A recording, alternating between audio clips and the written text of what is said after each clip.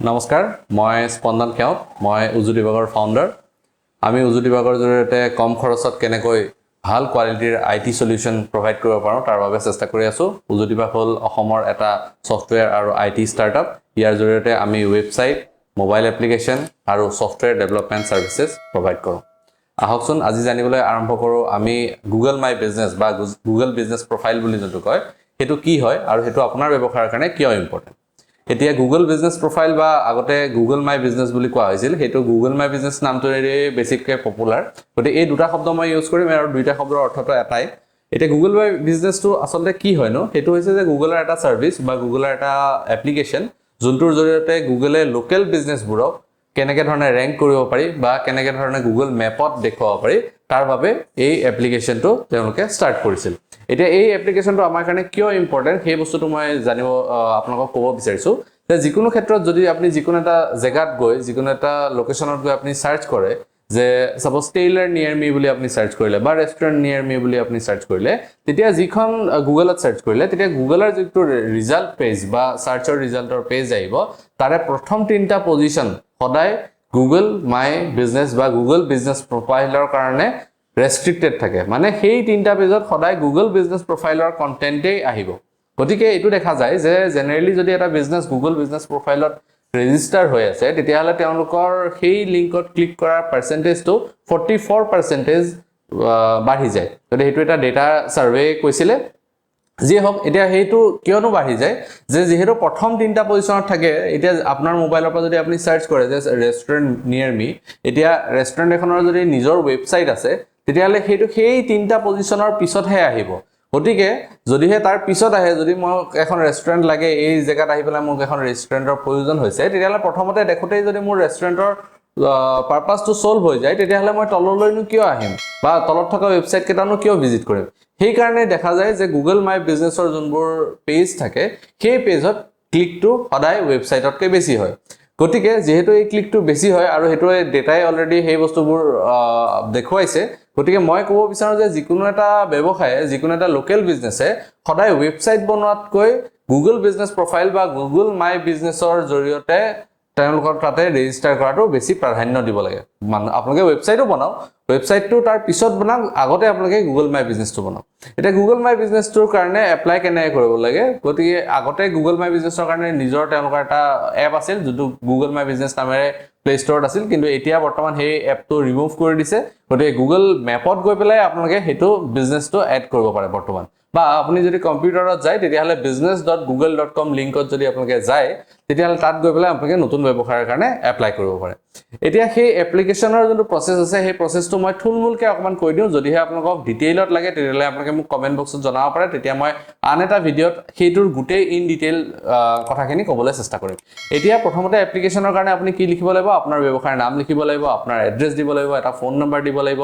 যোনটো বিজনেছ আছে সেই বিজনেছৰ ফটো কেইখনমান দিব লাগিব আপোনালোকৰ যদি হোৰ্ডিং আছে সেইখন দিব লাগিব তো সেই ধৰণৰ কিছুমান বেসিক ফটো দিব লাগিব আৰু বেসিক ইনফৰমেশন দিব লাগিব তাৰ লগতে লাষ্টত আপুনি দিব লাগিব যে ক্যাটেগৰী আপোনালোকে কোনটো ক্যাটেগৰীত আপোনাৰ আসলে বিজনেছটো আপোনালোকৰ পৰে হেতু আপুনি দিব লাগিব হেতু দিবলৈ এপ্লিকেশনৰ প্ৰসেসটো কমপ্লিট হ'ব সেই এপ্লিকেশনৰ প্ৰসেসটো কমপ্লিট হোৱাৰ পাছত গুগলে ভেৰিফিকেশন প্ৰসেসলৈ যাব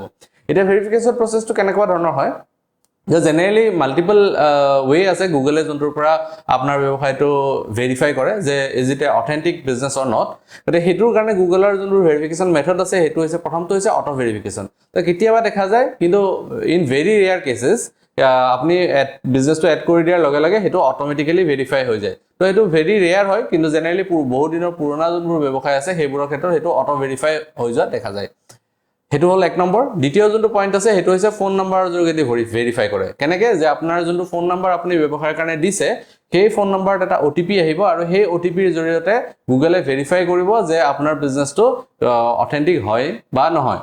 এটা 3 নম্বৰ যোনটো ৱে আছে যোনটো গুগলে ইউজ কৰে হেতু হৈছে আপুনি যোনটো এড্ৰেছ দিছে আপুনি ব্যৱহাৰৰ কাৰণে যোনটো এড্ৰেছ দিছে সেই এড্ৰেছটোত এটা এখন চিঠি আহিব চিঠিখন আহিব ইন্ডিয়া পোষ্টৰ যোগেদি যেনেকৈ আমাৰ ফোনত ওটিপি আহে তাত ঠিক এনেধৰণৰ এটা ওটিপি থাকে কিন্তু সেই ওটিপিটো ইন্ডিয়া পোষ্টৰ যোগেদি চিঠি আকাৰে আহিব গুগল বুলি ওপৰত লিখা থাকিব সেই চিঠিখনত অহা ওটিপিটো মাৰিব পাৰিলে আপোনাৰ ব্যৱসায়টো ভেৰিফাই হ'ব মই তিনটা কথা অলৰেডি ক'লো 4 নম্বৰটো হৈছে আপোনাৰ ৱেবছাইটৰ কথা যে যদিহে আপোনাৰ এটা ৱেবছাইট থাকে গুগলে মেনুৱেলি সেই ৱেবছাইটটো ভেৰিফাই কৰি তাৰ এড্ৰেছ তাৰ ফোন নম্বৰ ইত্যাদি ইনফৰমেশনবোৰ যদি আপোনাৰ গুগল মাই বিজনেছ প্ৰফাইলৰ লগত একে পায় বা সিমিলাৰ পায় তেতিয়া হলে হেতু অটোমেটিক্যালি তেওঁলোকে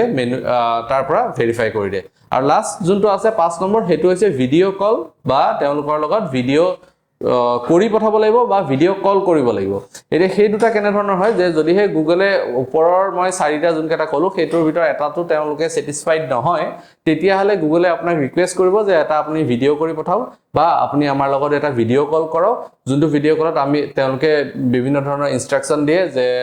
ষ্টৰৰ বাহিৰটো বা আপোনাৰ ব্যৱসায়ৰ বাহিৰটো কেনেকুৱা ভিতৰটো কেনেকুৱা অফিসটো দেখাত কেনেকুৱা সেই ধৰণৰ প্ৰশ্নবোৰ তেওঁলোকে কৰে সেইবোৰ হেমতে তেওঁলোকৰ ইনস্ট্ৰাকচনৰ মতে দেখুৱাব লাগে গতে সেইখিনি দেখুৱাৰ পিছতহে ভেৰিফিকেশন হয় এটো সবতকে টাফেষ্ট আৰু সবতকে লাষ্টত এটো একচুয়ালি মেথড তেওঁলোকে ৰিকুৱেষ্ট কৰে গতে এই পাঁচটা মেথডৰ জৰিয়তে গুগলৰ বিজনেছ প্ৰফাইলটা ভেৰিফাই হয়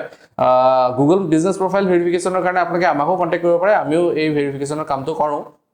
আপোনালোকে আমাক হেতু লৈ পেলাই কন্টাক্ট কৰিব পাৰে যি হক এটা নেক্সট পইণ্ট লৈ আহিছো হেতু হৈছে যে কি প্যাৰামিটাৰৰ ওপৰত আপোনাৰ ব্যৱসায়ৰ ভেৰিফিকেশনটো হ'ব বা নহব হেতুৰ ওপৰত কেনে ধৰণৰ হ'ব মানে প্যাৰামিটাৰ আছে এটা জেনাৰেলি দেখা যায় যে বহুত বিজনেছৰ হেই ফোন নাম্বাৰটো আপডেট নহয় কেতিয়াবা বিজনেছটো ভেৰিফাই নহয় তো হেতুৰ কাৰণে বা আগতে কাৰবাৰ বিজনেছটো সাসপেন্ড হৈ গৈছে তেতিয়া নতুনকে কৰিব বিচাৰে তেতিয়া কি কৰিব লাগিব তো জেনাৰেলি যোনকে হেনে ধৰণৰ কোনো স্পেসিফিক গাইডলাইন নাই গুগলৰ ফালৰ পৰা যে এনে ধৰণৰ কামখিনি কৰিলে বিজনেছ প্ৰফাইলটো এলা হ'ব বা নতুনকে এক্টিভ হৈ যাব এই ধৰণৰ কোনো গাইডলাইন নাই কিন্তু জেনাৰেল প্ৰেক্টিসত আমি যিখিনি বস্তু দেখিছো হেতু হৈছে যে যদিহে আপুনি আপোনাৰ ফোন নাম্বাৰটো ইউনিক থাকে মানে আগতে কোনো গুগল বিজনেছত ইউজ কৰা নহব লাগিব নতুন ফোন নাম্বাৰ হ'ব লাগিব ইউনিক ফোন নাম্বাৰ হ'ব লাগিব 2 নম্বৰ আপোনাৰ এখন বেনাৰ লাগিব যোনখন বেনাৰত আপোনাৰ অফিচৰ নাম আপোনাৰ ফোন নাম্বাৰ এড্ৰেছ ইত্যাদিবোৰ লিখা থাকিব 3 নম্বৰ এটা যোনটো কাম কৰিব পাৰি হেতু হৈছে আপোনালোকৰ এটা ৱেবছাইট বনাব পাৰে ৱেবছাইটটো বনালে জেনাৰেলি দেখা যায় যে গুগলৰ যোনটো এপ্ৰুভেল প্ৰসেস আছে হেতু 30% মান ইজিলি এপ্ৰুভ হৈ যায় এটা যদি ৱেবছাইট থাকে দ্যাট মিন্স মানে কথাটো এনে ধৰণৰ হয় যে যদিহে আপোনাৰ বিজনেছৰ কাৰণে আপুনি এখন বেনাৰ বনাইছে এটা ৱেবছাইট বনাইছে ডেফিনেটলি আপুনি এটা খৰচ কৰিছে বা এটা এমাউন্ট আপুনি বেলেগক দিছে গতে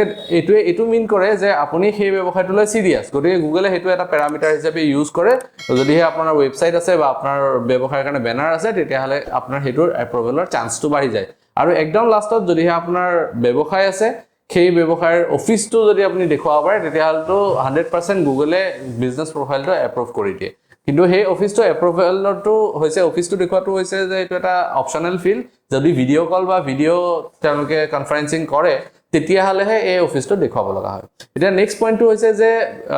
মই যোনখিনি এতিয়ালৈ কথা কলো সেইখিনি গুগল মাই বিজনেছৰ বেসিক পইণ্টৰ ওপৰত কলো যদি আপোনালোকে গুগল মাই বিজনেছৰ প্ৰফাইলৰ ওপৰত এডভান্স মোৰ পৰা কিবা সুধিব বিচাৰে বা আৰু ভিডিও বনাওটো বিচাৰে আপোনালোকে কমেন্ট বক্সত জনাব পাৰে নেক্সট মই কেটামান প্ৰবলেমৰ কথা ক'বলৈ বিচাৰিছো যোনকেটা প্ৰবলেম মই দেখো যে আমাৰ ক্লায়েন্টবোৰে সঘনাই গুগল মাই বিজনেছৰ লগত এই প্ৰবলেমবোৰ পাই থাকে তো তাৰ প্ৰথম প্ৰবলেমটো হৈছে যে ফোন নাম্বাৰটো আপডেট নহয় বা ফোন নাম্বাৰটো বিজনেছ প্ৰফাইলত এড নহয় এটা সেই প্ৰবলেমটো বহুতৰ হৈ থাকে হয়তো আপোনাৰ বিজনেছৰ কাৰণে যোনটো ফোন নাম্বাৰ ইউজ কৰি আছিল সেই ফোন নাম্বাৰটো সলনি হৈ গল বা আপোনাৰ ফোন নাম্বাৰটো কিবা কাৰণে ডিলিট হৈ গল বা আপোনাৰ ফোন নাম্বাৰটো বিজনেছ প্ৰফাইলত এডে হোৱা নাই তেতিয়া অসুবিধাটো এটো হয় যে গুগল সাৰ্চত যেহেতু আপোনাৰ প্ৰথমতে আপোনাৰ ব্যৱসায়টো আহি আছে মানুহে আপোনাক কন্টাক্ট কৰিবৰ কাৰণে ফোন নাম্বাৰটো পোৱা নাই আৰু আজিৰ যুগত ফোন নাম্বাৰৰ যোগেদি ম্যাক্সিমাম আমি কমিউনিকেট কৰো এটা বিজনেছৰ লগত এটা যদিহে এটো পোৱা নাই তেতিয়া হলে এটো কি কৰিব লাগিব তো তাৰ কাৰণে আমাৰ সাজেষ্টেড যোনটো প্ৰসেস আছে হেতু হৈছে আপুনি প্ৰথমতে এটা ৱেবছাইট বনাও ৱেবছাইট বনাবৰ কাৰণে আপুনি আমাক বা আমাৰ নিচিনা আন কোনবা যদি ৱেবছাইট বনোৱা মানুহ আছে তেওঁলোকৰ লগত আপোনাক কন্টাক্ট কৰিব পাৰে নেক্সট পইণ্টটো হৈছে যে আপোনালোকে এখন বেনাৰ বনাব পাৰে আৰু গুগলত এই দুটা বস্তু হোৱাৰ পিছত আপোনালোকে এপ্লিকেশন কৰিব পাৰে কিন্তু এই দুটা কাম কৰি পেলাই কৰিব তেতিয়াহে আপোনালোকৰ এপ্ৰুভেল হ'ব নহলে গুগলে 30 ডেজ টাইম এটা ল'ব বা তাৰ পিছত তাতকৈও বেছি 60 দিন বা 90 দিনৰ টাইম এটা ল'ব পাৰে কিন্তু তাৰ পিছতো ভেৰিফিকেশন নহব পাৰে নেক্সট পইণ্টটো আহিলো যে কেতিয়াবা গুগল মাই বিজনেছৰ একাউণ্টটো থাকে বাকি সব বস্তুও ঠিকে থাকে কিন্তু সেই একাউণ্টৰ প্ৰতি এক্সেস নাথাকে গতিকে আপোনালোকে অলপ এইটো বস্তুলৈ সাৱধান হোৱা উচিত বা আপোনালোকে এইটো লৈ পেলাই আৰু এৱেৰ হোৱা উচিত যে গুগল মাই বিজনেছৰ যোনবোৰ প্ৰফাইল থাকে তাৰ এক্সেসটো সদায় আপোনালোকে নিজৰ মাজত থাকিব আপুনি যদি আন কোম্পানীক মাৰ্কেটিংৰ কাৰণে বা প্ৰমোশনৰ কাৰণে বেলেগক দিছেও তেতিয়াহলে আপোনালোকে কেতিয়াও প্ৰাইমাৰী ওনাৰ হিচাপে নিদিব তেওঁলোকক ওনাৰ হিচাপে দিব পাৰে মেনেজাৰ হিচাপে দিব পাৰে বা এডিটৰ হিচাপে দিব পাৰে সেই ধৰণৰ লেভেল থাকে হে এক্সেসবোৰ সিলেক্ট কৰি আপোনালোকে সেই ধৰণৰ লেভেলত তেওঁলোকক এক্সেসটো দিব পাৰে কিন্তু প্ৰাইমাৰী ওনাৰ হিচাপে এক্সেসটো কেতিয়াও নিদিব কাৰণ তেতিয়া হলে আপোনালোকে নিজৰ বিজনেছটো লৈ পেলাই আপোনালোকে তাৰ এক্সেসটো কেতিয়াবা হেৰুৱাব পাৰে 3 নম্বৰ পইণ্ট যোনটো হৈছে যে ফটোবোৰ আপুনি দিয়ে কিন্তু ফটোবোৰ আপলোড নহয় বা ফটোবোৰ আপলোড হোৱাৰ পাছত নেদেখুৱায় তো হেনে ধৰণৰ অৱস্থাত এটো চাব লাগিব যে আপোনাৰ ফটোবোৰ ব্লাৰি হৈ আছে নেকি ইমেজখন ক্লিয়াৰ হয় না নহয় ইমেজত বেলেগৰ লোগো আছে নেকি ইমেজত যোনখিনি ইমেজ দিছে সেইখিনি বাৰেপতি আপুনি দি আছে নেকি মানে ৰিপিটেড ইমেজ আপুনি আপলোড কৰিবলৈ চেষ্টা কৰিছে নেকি তো সেই ধৰণৰ বস্তুকেইটা চাব পাৰে যোনটোৰ ফলত আপোনালোকে ইমেজ পাব্লিছ নোহোৱা প্ৰবলেমটো সলভ হ'ব 4 নম্বৰ যোনটো সবতকে সিৰিয়াস প্ৰবলেম হৈছে হেতু কিছুমান একাউন্ট সাসপেন্ড হৈ যোৱা দেখা যায় তো জেনাৰেলি এতিয়াৰ সময়ত যদি ক'বলৈ যোৱা যায় তেতিয়াহলে গুগল মাই বিজনেস বা গুগল তেওঁলোকৰ সাৰ্ভিসটো লৈ পেলাই যথেষ্ট সিৰিয়াস বা তেওঁলোকে এটো লৈ পেলাই বহুত ৰেগুলেশনটো বহুত স্ট্ৰিক্ট কৰি দিছে অতে তেনেস্থলত আপুনি যদি বেলেগৰ পৰা ফেক ৰিভিউ কালেক্ট কৰিছে বা আপুনি ফেক কিবা ইনফৰমেশন দিব বিচাৰিছে বা আপুনি মিস ইনফৰমেশন দিব বিচাৰিছে তেতিয়াহলে গুগলে যদি এটো আপোনাৰ প্ৰফাইলটো সাসপিচিয়াস এক বুলি ধৰে তেতিয়াহলে সেই একাউন্টটো সাসপেন্ড কৰি দিব পাৰে আৰু একাউন্ট সাসপেন্ড হলে হেতু ৰিএক্টিভ কৰাটো ইমান সহজ কথা নহয় এটো যথেষ্ট এটা টাফ প্ৰসিডিউৰ থাকে আৰু ইন দা ওয়াৰ্স্ট কেস সিনাৰিও আপুনি নতুনকে নিজৰ প্ৰফাইলটো বনাব লগাৰ নিচিনা হ'ব পাৰে গতিকে মই আপোনালোকক এটো কম যে যদিহে আপোনালোকে গুগল বিজনেস প্ৰফাইলটো প্ৰমোট কৰিব বিচাৰে আপুনি জনাখনা মানুহক দিব আৰু যদি নিজেও কৰে তেতিয়াহলে অত্যন্ত সাৱধানতা এটা অৱলম্বন কৰিব নেক্সট যদিহে আপোনালোকে বিচাৰে যে আপোনালোকৰ জিএমবি বা গুগল বিজনেস প্ৰফাইল বা গুগল মাই বিজনেস একাউন্টটো আমি মেনেজ কৰিব লাগে বা আমি অপটিমাইজ কৰি দিব লাগে যাতে আপোনাৰ বিজনেসটো বেলেগতকে ওপৰত থাকে বা প্ৰথম 3টা ৰেংকত থাকে তেতিয়াহলে আপোনালোকে আমাক কন্টাক্ট কৰিব পাৰে গতিকে আজিৰ ভিডিওটোৰ কাৰণে মোৰ ইমানখিনি আছিল যদিহে আপোনালোকে গুগল মাই বিজনেসক লৈ পেলাই আৰু ডিটেইলছত মোক কিবা প্ৰশ্ন সুধিব বিচাৰে বা any kind of technical question সুধিব বিচাৰে আপোনালোকে কমেন্ট বক্সত যোগেদি আমাক সুধিব পাৰে যদি ভিডিওটো ইমানখিনিলৈকে চাই আছিল আৰু ভিডিওটো চাই ভাল পালে তেতিয়াহলে ভিডিওটো লাইক কৰি দিব কাৰবাৰ যদি প্ৰয়োজন আছে বুলি ভাবে তেওঁৰ লগত শেয়াৰ কৰি দিব আমাৰ চেনেলটো সাবস্ক্ৰাইব কৰিবলৈ নাপাহৰিব ধন্যবাদ